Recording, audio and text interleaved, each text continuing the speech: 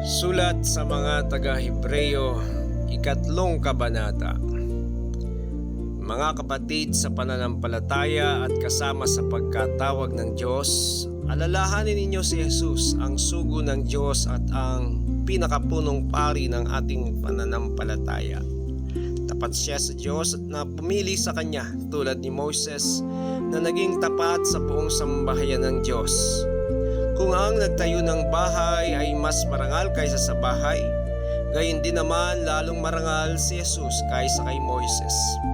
Bawat bahay ay may nagtatayo, ngunit ang Diyos lamang ang nagtayo ng lahat ng bagay. Si Moises ay naging tapat bilang isang lingkod sa buong sambahayan ng Diyos upang magpatotoo sa mga bagay na ihahayag sa mga darating na panahon. Subalit si Kristo ay tapat bilang anak na namumuno sa sambahayan ng Diyos at tayo ang kanyang sambahayan. Kaya't matibay ang ating pag-asa at hindi natin ito ikinahihiya.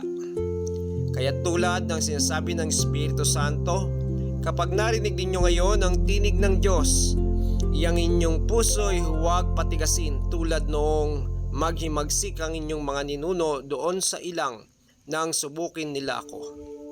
Ako ay tinuksot doon ay sinubok ng inyong magulang, bagamat nakita nila ang mga ginagawa ko sa loob ng 40 taon.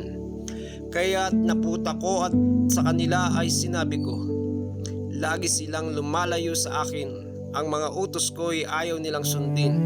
Kaya't sa galit ko ako'y sumumpang hindi mararating ang lupang pangakong aking inilaan. Mga kapatid, ingatan ninyong huwag maging masama ang sino man sa inyo at mawala ng pananampalataya hanggang sa kanyang talikuran ng Diyos na buhay.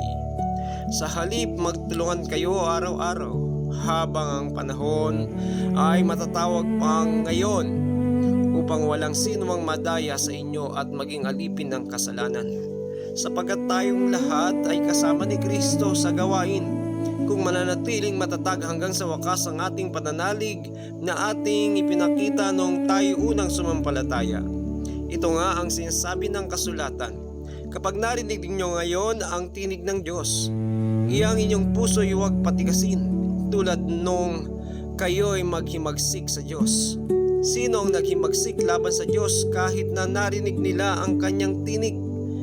Hindi ba't ang lahat ng inilabas ni Moises sa Ehipto? At kanino nagalit ang Diyos sa loob ng 40 taon? Hindi ba't sa mga nagkasala at namatay sa ilang?